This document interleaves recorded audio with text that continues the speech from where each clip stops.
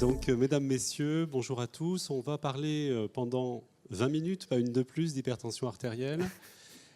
Et donc, j'ai voulu, en fait, si vous le voulez bien, répertorier la dizaine de questions que j'avais le plus à faire face en consultation avec mes patients hypertendus. Alors, lorsque on annonce à un patient, lorsqu'on lui apprend qu'il est hypertendu, eh bien la question derrière, c'est et alors, qu'est-ce que je risque? Qu'est-ce qui va se passer? C'est quoi cette hypertension artérielle? Alors regardez cette vieille étude. Ça date de 1959, et en 1959, on voit sans aucun doute que plus les chiffres de pression artérielle sont élevés, et plus le risque de mourir est important. Et donc en fait, les hypertendus meurent plus, c'est-à-dire plus tôt que les autres. L'hypertension artérielle fait mourir plus jeune. Ça fait quasiment un siècle qu'on connaît, qu'on a cette information. Alors comment est-ce que l'hypertension artérielle fait mourir? Par toute une série de complications, puisque nos organes étant tous vascularisés, eh bien lorsque le système cardiovasculaire fonctionne à haute pression, tous nos organes vont s'altérer, vont se fatiguer, vont modifier leur fonctionnement. L'hypertension artérielle, ça génère des maladies cardiaques, l'infarctus.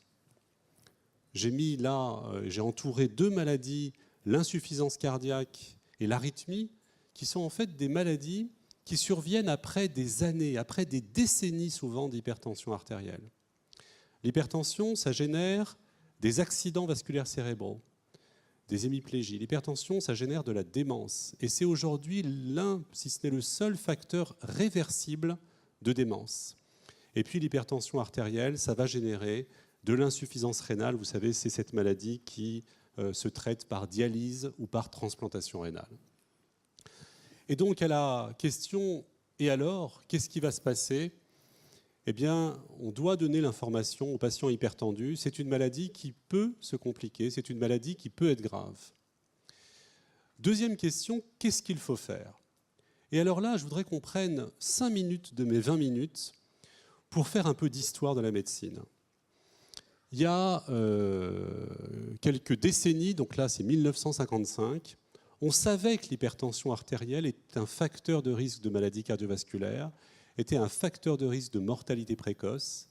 Et pourtant, à l'époque, on pensait qu'il fallait respecter les chiffres élevés de pression artérielle parce qu'on considérait que baisser la tension, ça allait réduire la perfusion des organes nobles, réduire la perfusion du cœur, réduire la perfusion du cerveau, du foie, des reins. Et donc, il ne fallait surtout pas chercher à baisser la pression artérielle des patients hypertendus. Et puis, vous savez, en médecine, l'évolution vient de jeunes médecins qui disent « mais ce que m'ont appris mes patrons, c'est n'importe quoi » et qui veulent faire la révolution. Le premier à faire la révolution, c'était Walter Kempner, qui était un spécialiste de nutrition. Et lui, il a dit « je sais comment est-ce qu'il faut traiter les hypertendus, il faut les mettre au régime ». Et vous voyez, le régime de Kempner, c'était un régime qui était relativement sévère, parce que les patients ne mangeaient que du riz et des fruits. Et ça marchait. La pression artérielle baissait.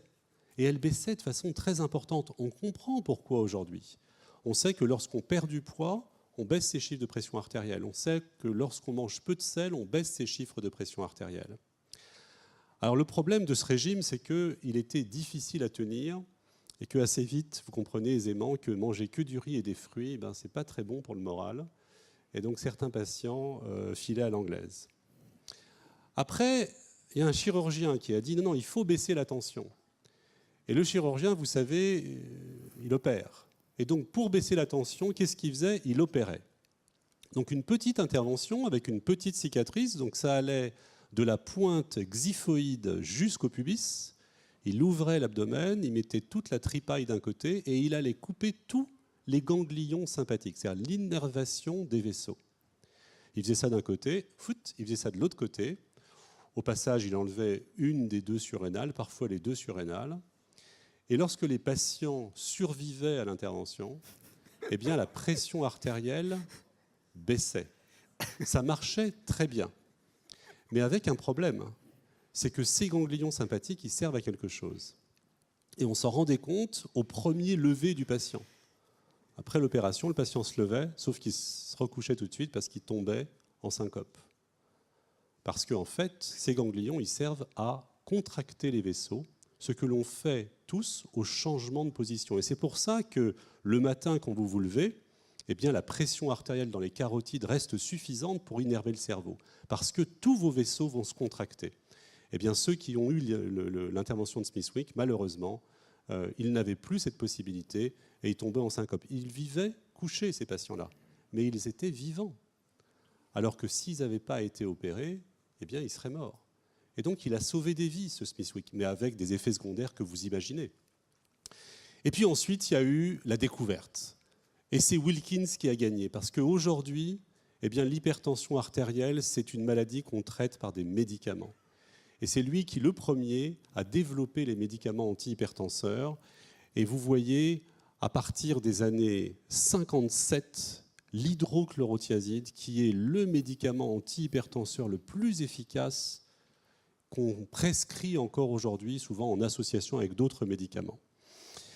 Et regardez cet essai thérapeutique. Essai thérapeutique, on prend, vous voyez, 143 patients, on les tire au sort. 73, on va traiter leur hypertension artérielle. 70, on va leur donner un placebo du traitement antihypertenseur. On attend 1 an et demi. Il y a 27 infarctus et hémiplégies dans le groupe placebo, 2 dans le groupe traitement. Depuis cette étude, 1967, on sait qu'il faut impérativement traiter l'hypertension artérielle par des médicaments et qu'en traitant l'hypertension, on évite des infarctus, on évite des AVC, des accidents vasculaires cérébraux et on sauve des vies. Alors, nos patients nous demandent, mais qu'est-ce qu'il faut que je fasse ? Eh bien, la réponse, elle est simple. Elle est normaliser la pression artérielle. Il faut que votre pression artérielle redevienne normale. Et la normale, c'est d'avoir une systolique ou un maxima en dessous de 140 ou 14 cm de mercure et une diastolique ou un minima en dessous de 90 mm de mercure. Est-ce qu'il faut que je prenne des médicaments ? La réponse, elle est extrêmement claire. Elle est qu'il faut impérativement prendre des médicaments. Parce que ces médicaments évitent les complications dans l'hypertension artérielle. Alors on va voir tout à l'heure que ces médicaments, peut-être que de temps en temps ils font du mal, mais ils font énormément de bien et ils font surtout beaucoup plus de bien que de mal. Alors quels médicaments ? C'est un peu à votre docteur de décider cela avec vous, mais j'ai envie de dire, peu importe le flacon, pourvu qu'on ait l'ivresse. Ce qui est important, c'est la normalisation des chiffres de pression artérielle, quel que soit le traitement. Encore faut-il qu'il soit bien toléré, bien entendu.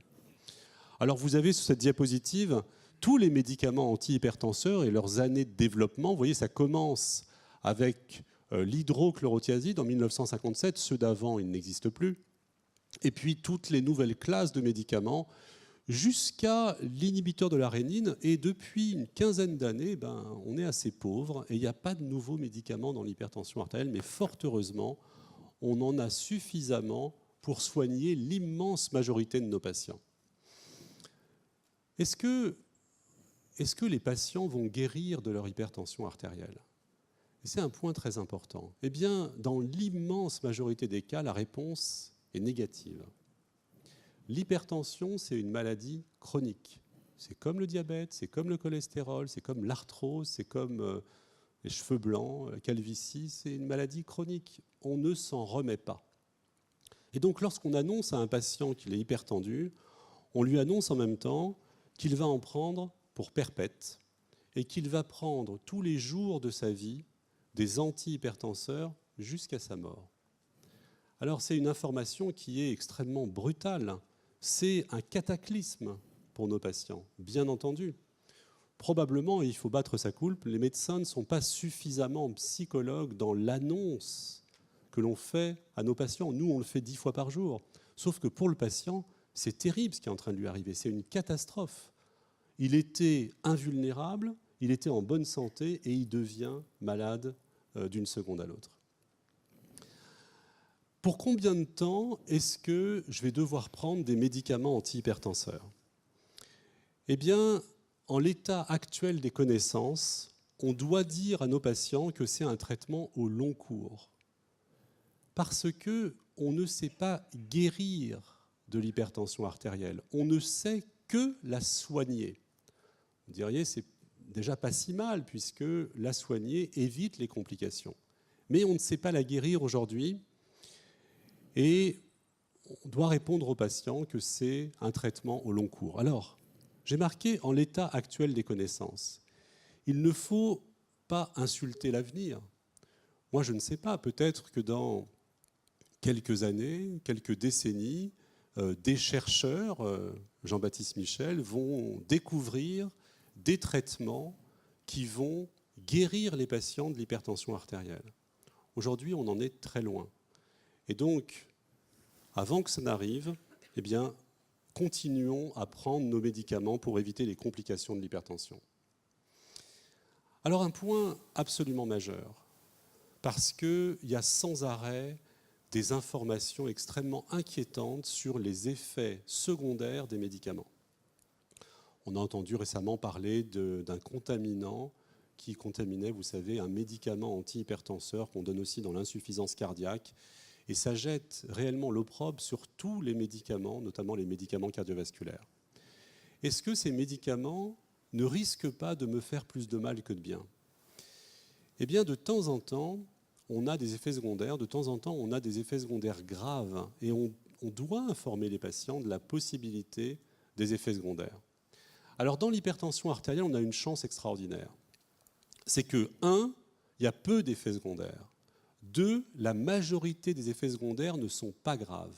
Et 3, l'immense majorité de ces effets secondaires disparaissent à l'arrêt du traitement sans laisser de séquelles. Et donc, on doit informer les patients des effets secondaires. Moi, je dis à mon patient, voilà, je vais vous prescrire un traitement antihypertenseur. Dans 10% des cas, ce traitement va vous faire, par exemple, enfler les chevilles. Si ça vous arrive, surtout ne vous inquiétez pas. Ce n'est pas une réaction anormale de l'organisme, c'est juste un effet secondaire du médicament. Vous revenez me voir avant la date et on changera le traitement et tout disparaîtra sans laisser de séquelles. Eh bien, c'est important de donner cette information au patient parce que lorsqu'il découvre cet effet secondaire sur lui-même, eh bien, il va être extrêmement inquiet la plupart du temps. Et puis, il va aussi se poser la question de savoir si ce docteur qui lui file des effets secondaires lui veut réellement du bien, parce que assez vite, il va se rendre compte que cet effet est un effet secondaire du médicament. Néanmoins, à chaque fois, il faut peser la balance bénéfice-risque. Et c'est vrai que, encore une fois, les bénéfices du traitement antihypertenseur aujourd'hui sont indiscutables. Le traitement antihypertenseur réduit le risque d'infarctus, réduit le risque d'hémiplégie, réduit le risque d'insuffisance cardiaque, réduit le risque d'anévrisme, réduit le risque de démence. C'est un traitement, encore une fois, pour lequel le rapport bénéfice-risque est indiscutablement favorable. Alors les patients ont peur de débuter le traitement et ils nous disent « si je commence le traitement, je ne pourrai plus m'en passer ». Est-ce que c'est vrai ça ? Eh bien, je crois que c'est à la fois vrai et faux. Puisque si on commence un médicament, c'est parce qu'on pense qu'il y a une indication à débuter un traitement chez tel ou tel patient. Et la situation, lorsqu'on va arrêter le traitement, va revenir à la situation antérieure. Donc si j'avais 16, 11 de pression artérielle avant le traitement, je prends le médicament, j'ai 14, 9, j'arrête le médicament, j'ai 16, 11. Je reviens à la situation antérieure. Mais je ne vais pas revenir à une situation pire que la situation antérieure. Et donc, il n'y a pas d'accoutumance à proprement parler au médicament ou de situation de dépendance du médicament, puisque lorsque j'arrête le médicament, encore une fois, je reviens à la situation antérieure. Mais cette situation antérieure est une situation défavorable. Et donc, c'est vrai que lorsqu'on commence le traitement, a priori, on ne l'arrête pas parce qu'on ne peut plus s'en passer, mais parce que l'indication reste présente. Avant-dernière question, est-ce qu'il n'y a que les médicaments qui baissent la pression artérielle ? Alors, à la Société française d'hypertension artérielle, on a émis des recommandations en 2013, puis en 2016, et on a fait toute la littérature scientifique, et on a vu qu'il y avait toute une série de mesures non médicamenteuses qui étaient favorables sur la baisse de la pression artérielle. Réduire le sel lorsqu'on en prend trop, faire de l'activité physique lorsqu'on est sédentaire, perdre du poids lorsqu'on a trop de poids, réduire sa consommation d'alcool lorsqu'on en boit trop. Lorsqu'on en boit trop, si on boit un verre d'alcool par jour, le fait de l'arrêter ne va pas modifier la pression artérielle. Privilégier la consommation de fruits et de légumes, et on a voulu rajouter dans ces recommandations qu'il fallait arrêter le tabac. Arrêter le tabac n'a pas beaucoup d'effet sur la pression artérielle, si ce n'est pas du tout d'effet, mais bien entendu, en matière de prévention cardiovasculaire, c'est tout à fait indispensable. Voilà ma dernière diapositive. Est-ce que je vais mourir de mon hypertension artérielle? Certains patients nous posent la question. Eh bien, la réponse scientifique, c'est de dire que ce n'est pas impossible.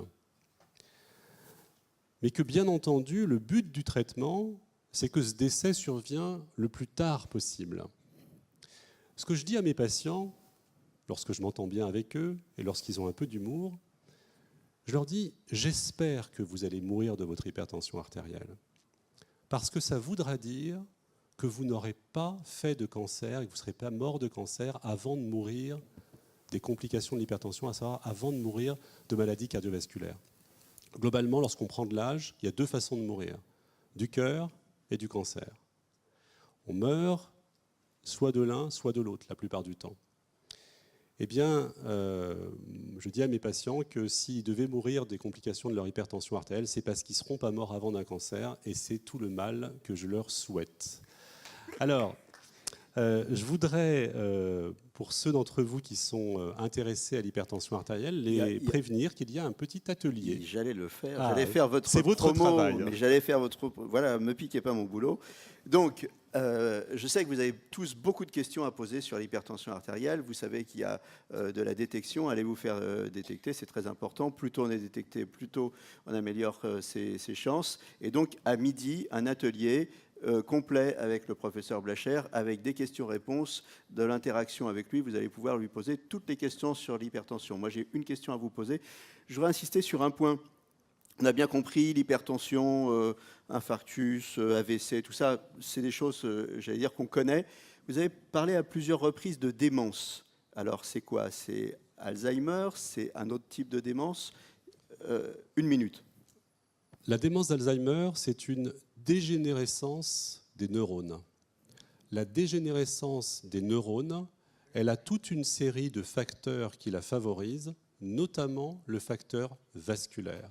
Lorsqu'il n'y a pas suffisamment de sang qui arrive au cerveau, parce que les artères sont rigides, parce que les artères sont scléreuses, eh bien, les neurones sont moins bien vascularisés et puis un jour, ils finissent par mourir. On sait aujourd'hui que l'hypertension artérielle, à votre âge, va générer de la démence 10, 20, 30, 40 ans plus tard. Et on sait même, et c'est un point absolument majeur, que si je traite votre hypertension artérielle, eh bien, je réduis votre risque de démence. Donc, prenez votre traitement antihypertenseur. Merci. Merci beaucoup.